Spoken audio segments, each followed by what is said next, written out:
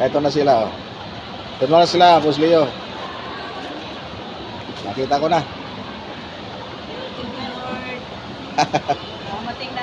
Nasaan yung kasama nyo? Ito. Naanak yun, niabot ang dumating na yung tumulong sa amin. Maraming salamat po sa tulong niyo, sir. Sige. Thank you very much. Nanganginig ako, sir. Bakit anong nangyari sa inyo? Bakit naiwan kayo? Ang nangyari sa amin, sir, yung bagay na tagal kami sa minuto lang. Tapos yung flight namin 9:05. Tapos nakapunta kami na sa boarding pass 9:08 na, kaya iniwanan kami ng eroplano, na-close na. Kaya ganito ang nangyari. Naghanap kami ng sinong makatulong sa amin. Tapos lumabas ako sa airport. Doon may kababayan ko na Bisaya. Sabi niya, anong problema sa iyo, bay? Sabi ko, ang problema ko, bay, ganito, bay. Ang aeroplano, tapos wala na kaming pamasay, wala na kaming pira. Paano tong namin, problema para makauwi kami. Sabi niya, sige, tawagan ko yung yung tauhan ni Senator Bongo. Tapos tinawagan niya ang tauhan ni Senator Bongo. Ito, sabi sasagot to. Pag hindi to sasagot, wala akong magawa.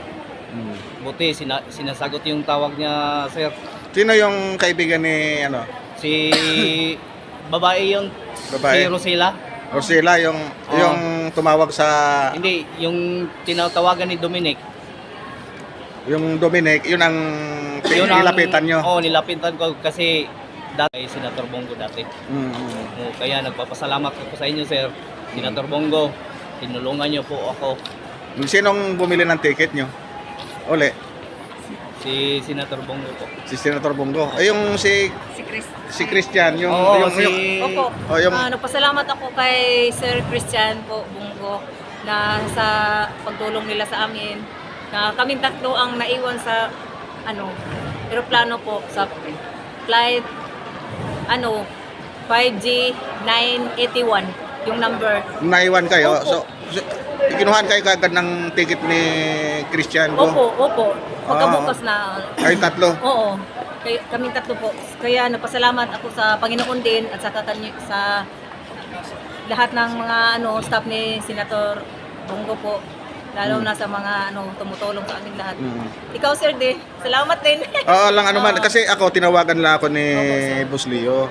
Yung katiwala ni Senador Bongo, si Alam mo, sir, Sir hindi Leo. ako sir, kasi Para puntahan kayo, para alalayan kayo. Wala na kami, sir. Hindi kami, sa ngayong araw, sir, hindi kami nakapaniwala sa ganitong na kami kauwi, wala na kaming pira.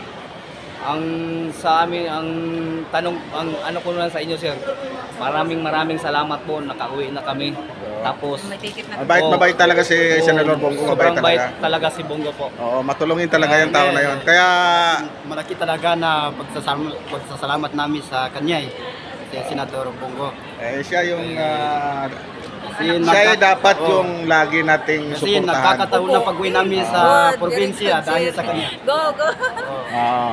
Nagkakataon talaga na pag-uwi namin sa probinsya dahil sa kanya. Ang tulong niya sa amin na mas malaki talaga. Pag napanood niya ito, matutuwa yun. Tapos, sir, Salamat lang. sa, Okay na sa- sa pagkain. Yung 1,500 na binigay po sa panihapon Sa dinner. mga ticket ito.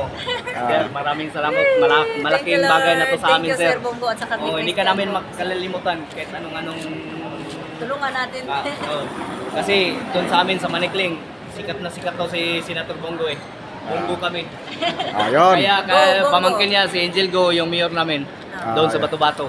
Ayun. Mayor namin yan. Yan. Si, Kaya Kapitana. sabi niya si Christian, Ang magandang Go. Kapitana. hindi daw ng namin Barangay kalimutan. Manikling. Oo nga, hindi namin kalimutan kahit tatawagan ko kayo. Akong bahala sa amin. Salamat Okay. po. Thank you very much. Okay. Yan na lang. Makauwi na Ito kami. lang yung last na. Maraming salamat sa inyo mula sa iyo, sir, hanggang kay Senator Sir Bongo.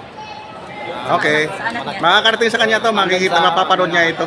Mga anak niya, Ah, sa mga anak niya. okay. Salamat kayo, Kula.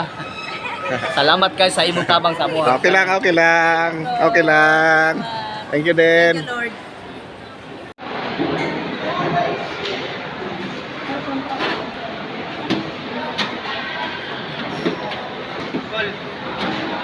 Saratanin.